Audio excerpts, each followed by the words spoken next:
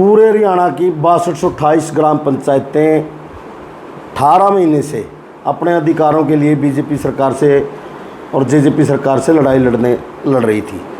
पंचायतों के अधिकार समाप्त किए गए तो पंचायतों ने लोकसभा चुनाव के अंदर फैसला लिया था कि हम बीजेपी और जेजेपी के प्रत्याशियों का विरोध करेंगे और पूरे हरियाणा की 6228 ग्राम पंचायतों ने लोकसभा चुनाव के अंदर देहात के अंदर किसानों ने, मजदूरों ने और पंचायतों ने मिलकर बीजेपी के खिलाफ पूरी जी जान लगा दी और उसका नतीजा ये हुआ कि पूरे हरियाणा के ग्रामीण क्षेत्र के अंदर बीजेपी को करारी हार का सामना करना पड़ा।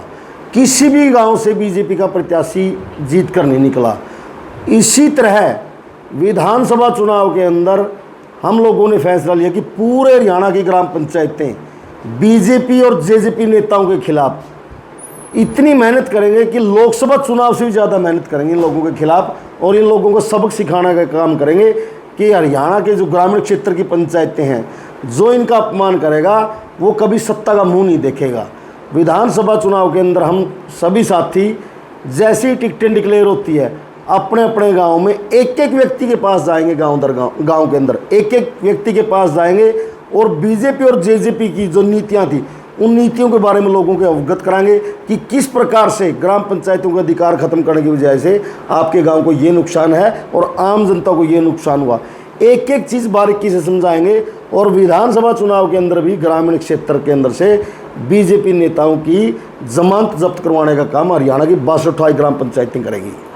अगर बीजेपी और जेजेपी के नेताओं को कांग्रेस पार्टी टिकट देकर उम्मीदवार बनाती है तो ये 6228 ग्राम पंचायतों के साथ कांग्रेस पार्टी का एक बहुत बड़ा धोखा हुआ और किसानों के साथ। बीजेपी और जेजेपी नेताओं के खिलाफ तो किसान, मजदूर और पंचायतों ने लड़ाई लड़ने का काम किया था।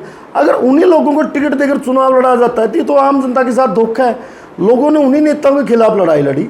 अगर उन्हीं नेताओं को कांग्रेस अपना उम्मीदवार बनाती है तो ये आम जनता के साथ धोखा होगा और इसका भी कांग्रेस पार्टी को हर विधानसभा क्षेत्र के अंदर नुकसान का सामना करना पड़ेगा। खासकर मैं बताना चाहता हूं आपको, जो पूर्व पंचायत मंत्री थे देवेंद्र बबली, अगर कांग्रेस पार्टी उनको कांग्रेस के अंदर शामिल करती है तो 6228 की 28 ग्राम पंचायतें इस चीज़ का विरोध करेगी और कांग्रेस पार्टी को इसका नुकसान हर विधानसभा क्षेत्र में भुगतना पड़ेगा, क्योंकि पूरे हरियाणा की ग्राम पंचायतों ने प्रण लिया है कि जिस पंचायत मंत्री ने ग्राम पंचायतों को अपमानित करने का काम किया उसके साथ पंचायतों का कभी भी समझौता नहीं हो सकता। इस व्यक्ति ने वो बोले थे और मैं तो कांग्रेस के शीर्ष नेताओं को भी कहना चाहता हूँ, जो भी नेता इसको ज्वाइन करवाएगा ये ऐसा व्यक्ति है उस नेता की छवि को भी कलंकित करने का काम करेगा।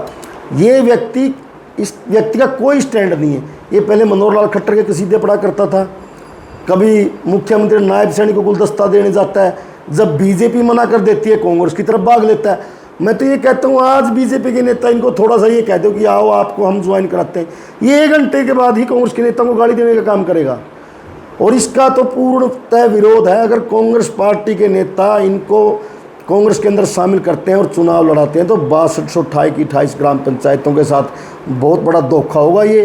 और पार्टी का विरोध किया जाएगा बिल्कुल। अगर पूर्व पंचायत मंत्री को पूरे हरियाणा की पंचायतों ने जींद के अंदर प्रेस कॉन्फ्रेंस की थी, जो पार्टी पूर्व पंचायत मंत्री देवेंद्र बबली को चुनाव लड़ाएगी उस पार्टी का विरोध किया जाएगा। पूरी ग्राम पंचायतें आज भी अपने उस फैसले पर अडिग है।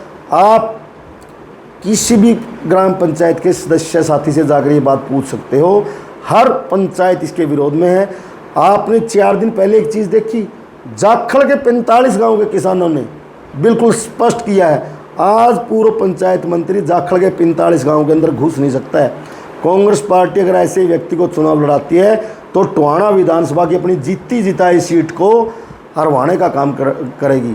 और हम पूरे हरियाणा की ग्राम पंचायतें चुनाव के अंदर हम लोगों ने प्रण किया था कि सभी की सभी ग्राम पंचायतें इसके खिलाफ कंपेनिंग करेंगे, चाहे निर्दलीय चुनाव लड़े चाहे किसी पार्टी से चुनाव लड़े। इसके चुनाव में पूरे हरियाणा की ग्राम पंचायतें ज़बरदस्त कंपेनिंग करने का काम करेंगे हम लोग।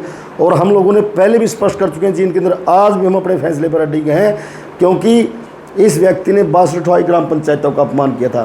कांग्रेस पार्टी ने देखना है वो 6228 ग्राम पंचायतों का समर्थन चाहिए या एक इस व्यक्ति का समर्थन चाहिए? वो कांग्रेस पार्टी के नेताओं ने देखना है, वो अपना फ़ायदा चाहते हैं या नुकसान चाहते हैं। लेकिन हम अपने फैसले पर अडिग हैं और अडिग रहेंगे। कहीं ऐसा भी नहीं है हमारा इस व्यक्ति के साथ पंचायतों का कभी भी समझौता नहीं हो सकता। हम तो ये कहते हैं अगर कांग्रेस पार्टी पूर्व पंचायत मंत्री को चुनाव लड़ाएगी तो पंचायतें अपना उम्मीदवार भी मैदान में उतार सकती हैं। हम लोग पंचायतों के स्वाभिमान की लड़ाई लड़ते रहेंगे, आखिरी दम तक लड़ते रहेंगे।